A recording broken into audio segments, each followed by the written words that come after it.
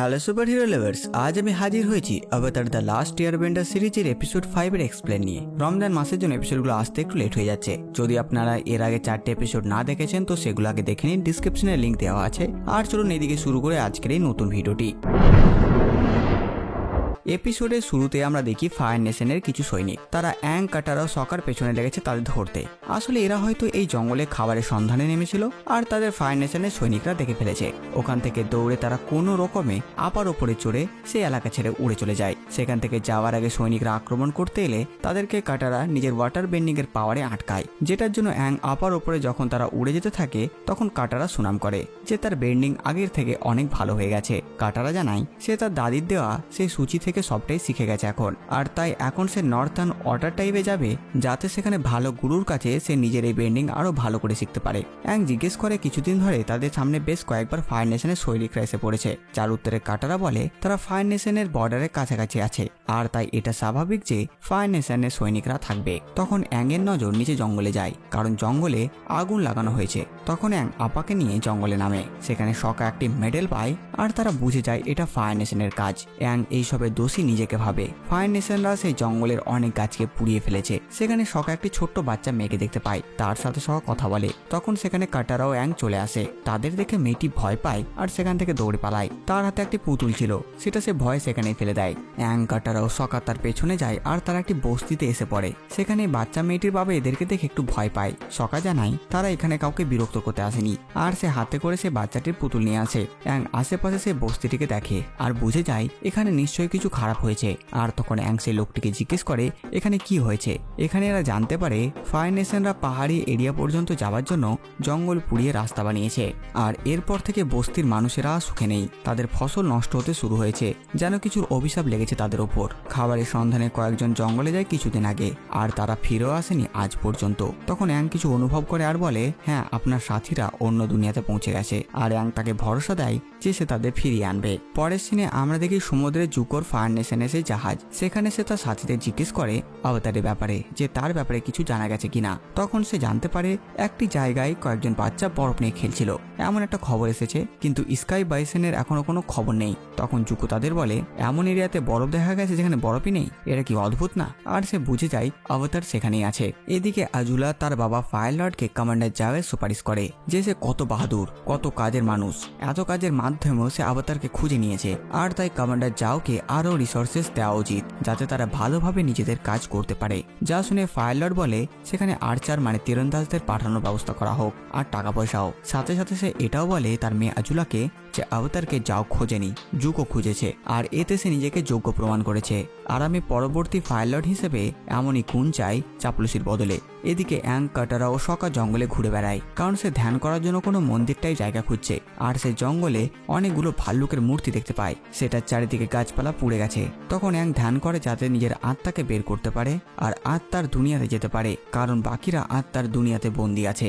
অনেকক্ষণ ধ্যান করতে করতে রাত হয়ে যায় আর তারপর অ্যাং সক্ষম হয় নিজের আত্মাকে শরীর থেকে বের করতে, কিন্তু সে ভুলবশত সেখানে থাকা সকা ও কাটারার আত্মাকেও বের করে দেয় তাদের শরীর থেকে। কিন্তু অ্যাং তাদের শরীরে আর পাঠাতে পারে না।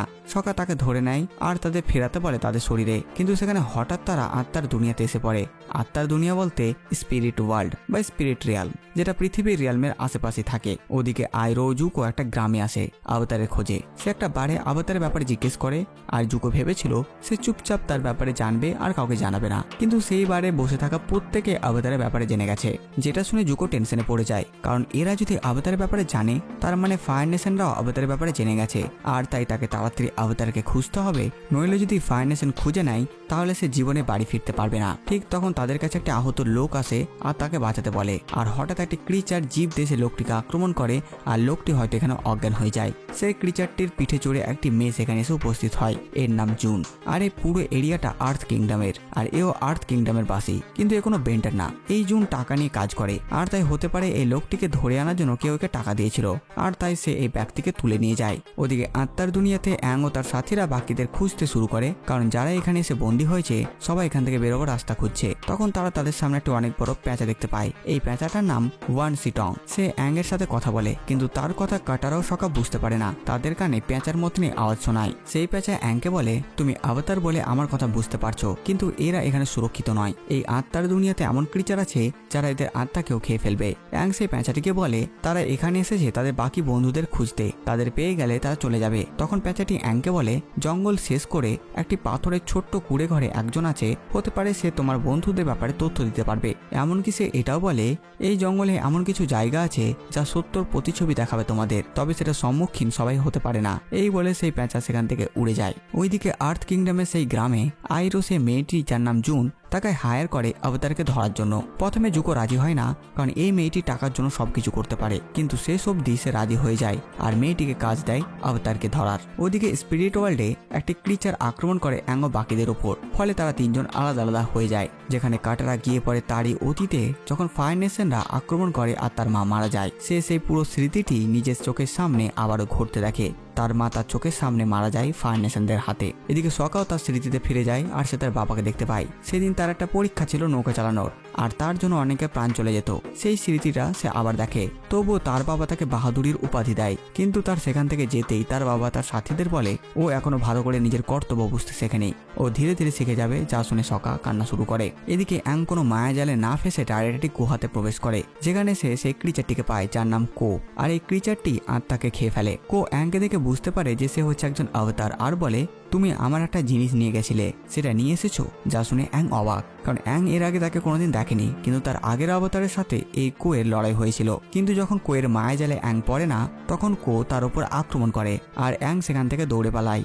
আর জঙ্গলের শেষে সে একটি কুড়ে ঘর দেখতে পায়। সেটার ভেতরে গিয়ে সে গ্যাৎসোকে দেখে। তখন অ্যাং ভাবে হয়তো সে মায়া জালে আছে, কিন্তু তাকে গ্যাৎসো বলে যে এটা কোনো মায়া জাল না। অ্যাং তাকে জিজ্ঞেস করে আপনি মুক্তি কেন বেছে নেননি আর দ্বিতীয় জীবনের জন্য কেন এগিয়ে যাননি। উত্তরে গ্যাৎসো বলে আমি জানতাম তোমার দরকার পড়বে আমাকে। সাথে সাথে সে এটাও বলে সে অ্যাংকে কখনো অবতার হওয়া শেখাতে পারবে না।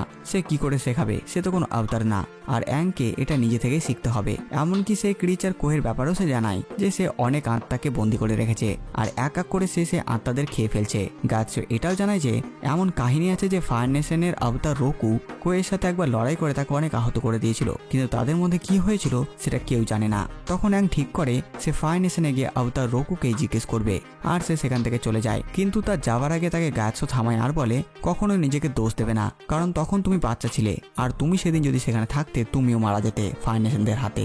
আর তাই যাই হয়েছে এতে তোমার কোনো দোষ নেই। অ্যাং আবার নিজের শরীরে ফিরে আসে আর কাটারাও সকার জন্য মোমো আপাকে ছেড়ে যায় তাদের দেখাশোনা করতে, আর সে বেরিয়ে পড়ে ফায়ার নেশনের উদ্দেশ্যে। আর এখানেই এই এপিসোডটি শেষ হয়ে যায়। তো বাস বন্ধুরা, এই ভিডিওতে এতটুকুই। আপনারা কমেন্ট করে জানান ভিডিও আপনাদের কেমন লাগলো। সাথে সাথে আমার এই কাজ আপনাদের ভালো লাগে ভিডিওটি লাইক সাবস্ক্রাইব করে দেবেন। তো আমি নতুন ভিডিও নিয়ে আমি প্রিন্স সালমান, আর আপনারা দেখছিলেন বাংলা মুভিজ।